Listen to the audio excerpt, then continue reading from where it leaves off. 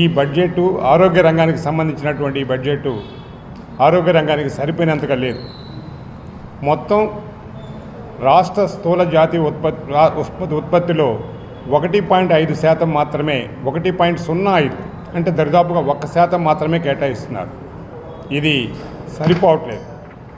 Budget కేటాయింపులు సరిగా లేని కారణంగా ప్రభుత్వ వైద్యం సరిగా అందనటువంటి పరిస్థితుల్లో పేద ప్రజలు అల్లాడిపోతున్నటువంటి పరిస్థితి ఉంది. కాబట్టి ఈ బడ్జెట్ని ఆరోగ్య రంగానికి సంబంధించి 2.5% పెంచమన్నటువంటిది ప్రజారోగ్య వేదిక డిమాండ్.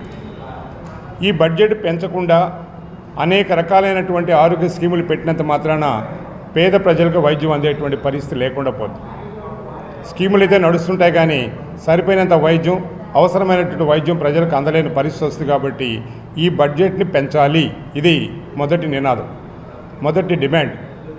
ఆ బడ్జెట్ పెంచకుండా మాత్రం సాధ్యం కాదు. కాబట్టి రేపు జరగబోయేటువంటి బడ్జెట్ చర్చ మీద తప్పకుండా బడ్జెట్ పెంచేటట్టుగా ప్రయత్నం చేయాలి. 19,000 కోట్లు కేటాయిస్తున్నారు ఇప్పటి వరకు, దాన్ని 45,000 కోట్లకు పెంచాలన్నటువంటిది మా డిమాండ్. అవి పెంచితే మీ దరిదాపుగా అన్నీ సర్దుబాటు అవుతాయి. మిగిలినటువంటిది కామేశ్వరరావు గారు చెప్పినట్టుగా ఈ రకరకాలైనటువంటి అభిప్రాయాలన్నింటినీ దృష్టిలో తీసుకొని హెల్త్ బడ్జెట్ని పెంచి వైద్యాన్ని ప్రజలకు అందించేటువంటి పరిస్థితి తేవాలన్నటువంటిది డిమాండ్. దీంతోపాటు ఒక ప్రధానమైనటువంటి డిమాండు, ఇప్పుడున్నటువంటి కూటమి ప్రభుత్వం వైద్య రంగంలో ప్రైవేటు మెడికల్ కాలేజెస్కి గవర్నమెంట్ మెడికల్ కాలేజీని ప్రైవేటైజ్ చేస్తూ ఈ జరుగుతున్నటువంటి పీపీ పద్ధతి.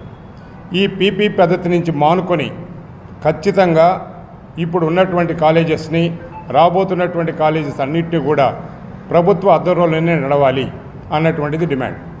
దానికి అనుగుణంగా మీ ప్రైవేట్ మెడికల్ కాలేజెస్ కాకుండా గవర్నమెంట్ మెడికల్ కాలేజెస్ని గవర్నమెంటే బాధ్యత తీసుకొని ఇప్పటికే కడుతూ ఉన్నటువంటి కాలేజెస్ అన్నింటినీ కూడా పూర్తి చేసి గవర్నమెంట్ ఆధ్వర్యంలోని ఈ కాలేజెస్ నడపాలి అన్నటువంటిది.